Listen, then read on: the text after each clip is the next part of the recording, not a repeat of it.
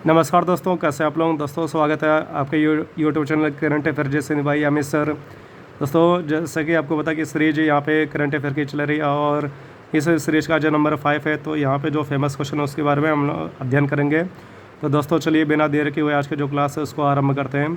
दोस्तों पहला क्वेश्चन आपसे करके हाल ही में भारत के पीएम नरेंद्र मोदी और पापुआ न्यू गिनी के पीएम के साथ मुलाकात की है, तो उनका नाम क्या है। दोस्तों यहाँ पे नाम किसका पूछ रहा है, यहाँ पे जो पापुआ न्यू गिनी है, ठीक है, इसके पीएम का नाम पूछ रहा है। तो ये एक छोटा सा देश है, ठीक है, और इसके जो पीएम है तो उनका नाम आपसे पूछ रहा है, तो उनका नाम क्या है, जेम मारपे। ओके दोस्तों, ये पापुआ न्यू गिनी के पीएम है, ठीक है, और अभी हाल ही में दोनों की मुलाकात भी हुई है, तो ये इनका नाम आपको याद रखना है। फिर हाल ही में अंतर्राष्ट्रीय गणित दिवस मनाया गया है, जिसका मुख्य विषय क्या है। तो दोस्तों अंतर्राष्ट्रीय गणित दिवस कब मनाया गया है, ठीक है, ये भी आपको मालूम होना चाहिए। तो ये कब मनाया गया है, 14 मार्च को मनाया गया है। तो इसका मुख्य विषय जो होता है एक तरह से उसको हम लोग थीम कहते हैं, ठीक है। तो इसका मुख्य विषय क्या है, मैथमेटिक्स फॉर एवरीवन, यानी ओके दोस्तों, ये इसकी थीम है मैथमेटिक्स फॉर एवरीवन। इसका अर्थ है कि जो गणित है वो सभी के लिए है। ओके दोस्तों, कभी कदार आपके एग्ज़ाम में जो फेमस डे है और उनकी थीम भी आपसे एग्जाम में क्वेश्चन पूछ लेता है। अगर हम लोग बात करके राष्ट्रीय गणित दिवस कब मनाते हैं, तो 22 दिसंबर को मनाते हैं। तो ये अंतर्राष्ट्रीय गणित दिवस कब है, 14 मार्च को, और राष्ट्रीय गणित दिवस है 22 दिसंबर।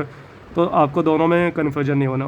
ओके दोस्तों, फिर अप्रैल माह में किस राज्य के 10 उत्पादों के जीआई टैग प्रदान किया गया है।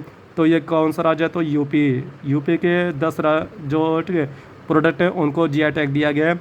जैसे इसी में अगर हम लोग बात करें तो बनारसी पान, दोस्तों ठीक है, बनारसी पान ठीक है फेमस है, इसको दिया गया है, जीआई टैग दिया गया है। अलीगढ़ का जो ताला है, ठीक है, उसको जीआई टैग दिया गया है। तो यहाँ पे जो फेमस प्रोडक्ट हैं अपने यूपी के, तो उनको जीआई टैग दिया गया है। आपको कमेंट बॉक्स में लिख के बताना कि भारत में ऐसा कौन सा प्रोडक्ट है जिसको सबसे पहले जीआई टैग दिया गया था। जीआई का पूरा नाम क्या है, जियोग्राफिकल इंडिकेशन, इसको हिंदी में बोलते हैं भौगोलिक संकेत कहते हैं। तो अगर किसी प्रोडक्ट को जीआई टैग मिलता है तो उसके एक तरह से मतलब कि पूरे इंडिया में और पूरे विश्व में पहचान हो जाती है और उसकी जो सेलिंग है वो ग्रो करने लगती है। ओके दोस्तों, फिर नेक्स्ट आगे बढ़ते हैं। आईपीएल 16 में ऑरेंज कैप किस खिलाड़ी को दी गई है। देखिए दोस्तों, यहाँ पे जो ऑरेंज कैप है ये ऐसे खिलाड़ी को दी जाती है जो सर्वाधिक रन बनाता है। तो आपसे क्वेश्चन है कि आईपीएल जो 16 हुआ है तो इसमें सर्वाधिक रन किसने बनाए हैं, तो उनका नाम क्या है, शुभमन गिल। ओके दोस्तों, शुभमन गिल है, ठीक है, और ये किस टीम से खेलते हैं, तो ये जीटी का अर्थ क्या है कि गुजरात टाइटंस, ये इस टीम से खेलते हैं और इन्होंने करीबन 800 के ऊपर रन बनाए हैं, तो इनको ये ऑरेंज कैप दी गई है। और आईपीएल 16 किसने जीता है, तो चेन्नई ने जीत लिया। ओके दोस्तों, फिर आईपीएल 16 में पर्पल कैप किस खिलाड़ी को दी गई है, तो पर्पल कैप जो है ये पूरे मैच में जो सर्वाधिक विकेट लेता है उसको ये कैप दी जाती है। तो इस बार ठीक है सर्वाधिक जो विकेट लेने का रिकॉर्ड है वो किसने बनाया, तो मोहम्मद शमी ने बनाया। ओके दोस्तों, मोहम्मद शमी ने ठीक है कुल 28 विकेट लिए थे और इनका भी जो संबंध है ये जीटी से ही है।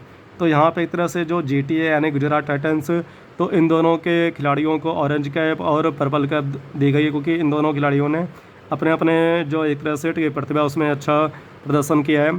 फिर विश्व बौद्धिक संपदा सूचकांक 2023 में भारत का स्थान क्या है, इसको इंग्लिश में क्या बोलते हैं, ग्लोबल इंटेलेक्चुअल प्रॉपर्टी इंडेक्स बोलते हैं। तो इसमें भारत का स्थान पूछ रहा है, तो इसमें भारत का स्थान 42वां है।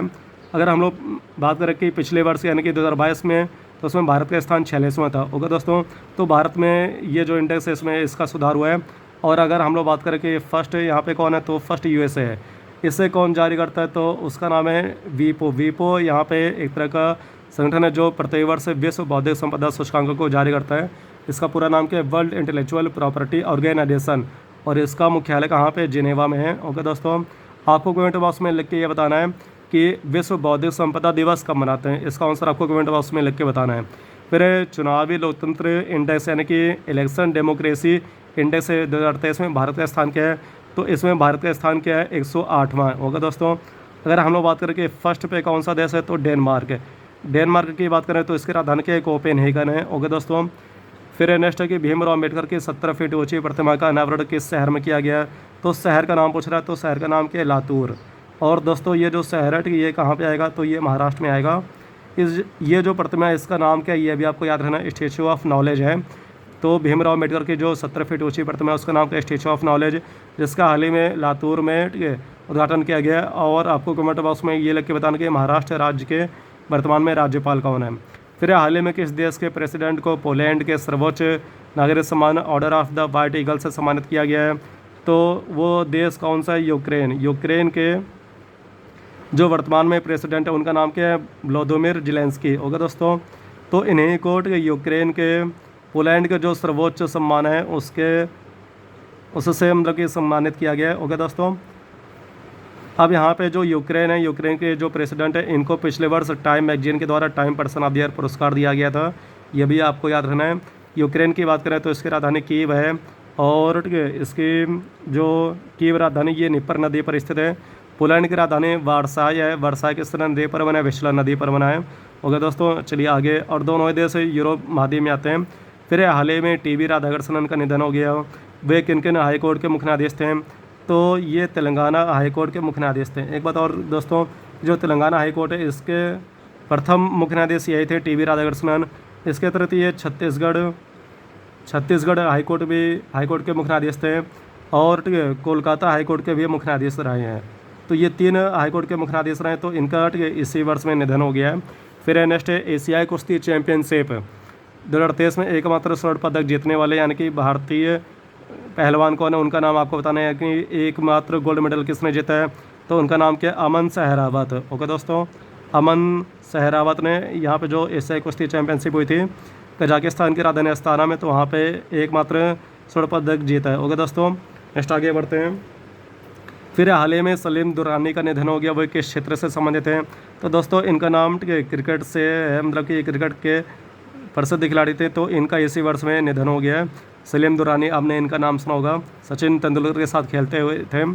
फिर पर्यावरण को बचाने के लिए प्लास्टिक दो और सोना लाओ योजना कहाँ आरंभ की गई है? तो ये किस शहर में आरंभ की गई है? ये कश्मीर शहर में आरंभ की गई है। दोस्तों यहाँ पे अगर कोई भी व्यक्ति 20 क्विंटल प्लास्टिक देगा तो उसको एक सोने का सिक्का दिया जाएगा। ओके दोस्तों, तो यहाँ पे मतलब कि जो एनवायरनमेंट है उसको सेव करने के लिए ये योजना या जो पहल है उसको लॉन्च किया गया कश्मीर में। फिर है गणित के क्षेत्र में प्रसिद्ध एबल पुरस्कार से किससे सम्मानित किया गया है? तो एबल पुरस्कार जो है ये पूरे विश्व का मैथ के क्षेत्र में प्रसिद्ध पुरस्कार है। ये इस वर्ष किससे दिया गया? तो उस विनर का नाम पूछ रहा है, तो उसका नाम क्या? लुइस कैफ्रेली। ओके दोस्तों, लुइस कैफ्रेली को यह पुरस्कार दिया गया है। और लुइस कैफ्रेली जो है ये किस देश के? ये अर्जेंटीना के हैं। अगर हम लोग बात करें कि एबल पुरस्कार पाने वाले एकमात्र भारतीय व्यक्ति कौन है, तो उनका नाम क्या है? श्रीनिवास वर्धन है। ओके दोस्तों, श्रीनिवास वर्धन है। और इन्हें पुरस्कार कब दिया गया था? तो 2007 में दिया गया था। ओके दोस्तों, और श्रीनिवास वर्धन को इसी वर्ष भारत सरकार के द्वारा पद्म विभूषण सम्मान भी दिया गया है। फिर वास्तुकला के क्षेत्र में प्रसिद्ध प्रिट्जर पुरस्कार 2023 से किसे सम्मानित किया गया है?